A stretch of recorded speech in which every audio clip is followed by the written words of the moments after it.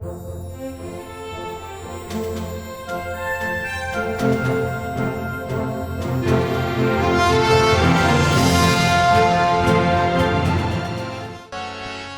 दरबार में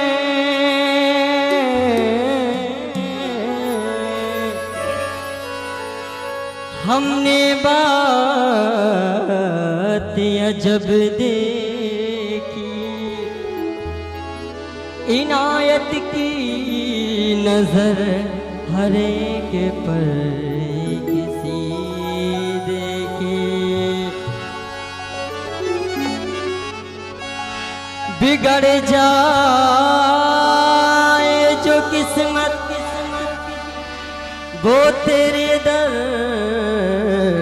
पर बनी देखी, और तुझे देते नहीं देखा मगर झोली भरी देखी।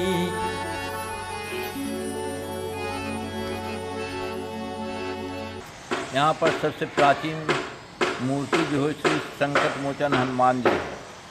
उसके बाद में नागपुर के राजा रघु भोंसले को उनको आशीर्वाद के द्वारा श्री स्वामी बालाजी भगवान मंदिर का निर्माण कराया।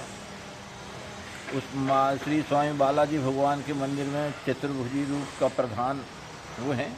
इसके बाद लक्ष्मण जी, राम जी, सीता जी, हनुमान जी, गणेश जी सब मूर्तियों की स्थापना हुई। श्री स्वामी दूधाधारी महाराज जी ने नीम के झाड़ वहाँ लगे हुए, वहीं पर उन्होंने जीवित समाधि ली है।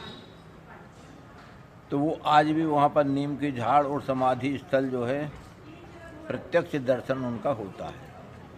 उसके बाद में वहाँ से इधर आगे आते हैं तो श्री राम दरबार है। राम दरबार की स्थापना लगभग 200 वर्ष के बाद में हुई है। विक्रम संवत 1610 में श्री स्वामी बालाजी भगवान मंदिर का निर्माण हुआ।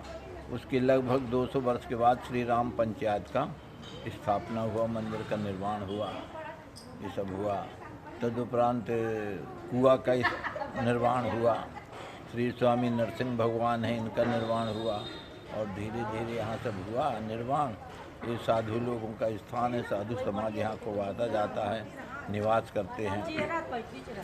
श्री दूधाधारी मठ में गौशाला है जो वर्तमान में लगभग 3000 गाय हैं। 100-125 गाय यहाँ मठ में हैं और मठ के जो गांव हैं उनमें निवास करते हैं। वहाँ सब उनकी सब गायों की सेवा होती, कर्मचारी यहाँ रहते हैं। हनुमान जी को जंगली गाय जो है वो अपने स्तन से दूध गिराती थी, उनके ऊपर अभिषेक करती थी। तो उसी दूध को पी करके श्री स्वामी बलभद्र दास जी महाराज ने उनका सेवन किया उस दूध का, इसलिए उनको दूधाधारी महाराज कहते थे।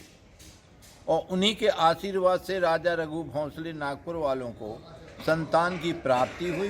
प्राप्ति होने के बाद फिर उन्होंने श्री स्वामी बालाजी भगवान मंदिर का विक्रम 1610 में निर्माण कराया। तब से वो परंपरा भी चली आ रही है।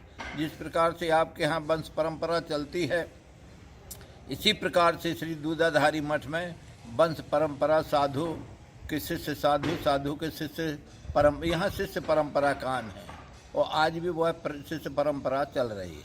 इस प्रकार से यहाँ पर आज वर्तमान में श्री दूधाधारी मठ में 10वें महंत हैं, जिनका नाम है डॉक्टर श्री महंत डॉक्टर रामचंद्र दास जी महाराज हैं और वो 2 बार विधायक रह चुके हैं पूर्व में।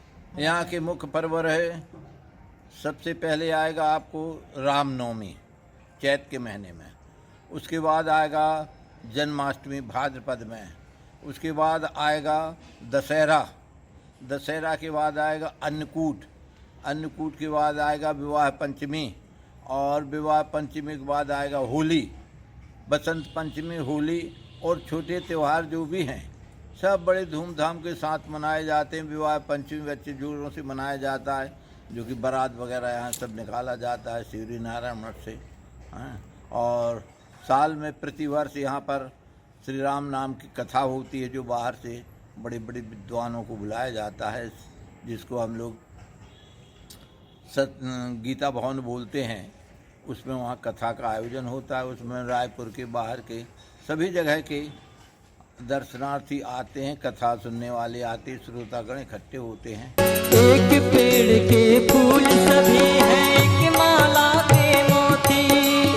एक पेड़ के फूल सभी हैं, एक माला के मोती।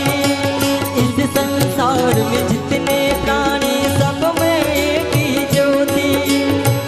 संसार में जितने प्राणी सब में एक ही ज्योति। भूल गया उस परम पिता को, भूल गया उस परम पिता को, जिसने हमें बनाया, जिसने हमें बनाया। सबसे कर लो प्रेम।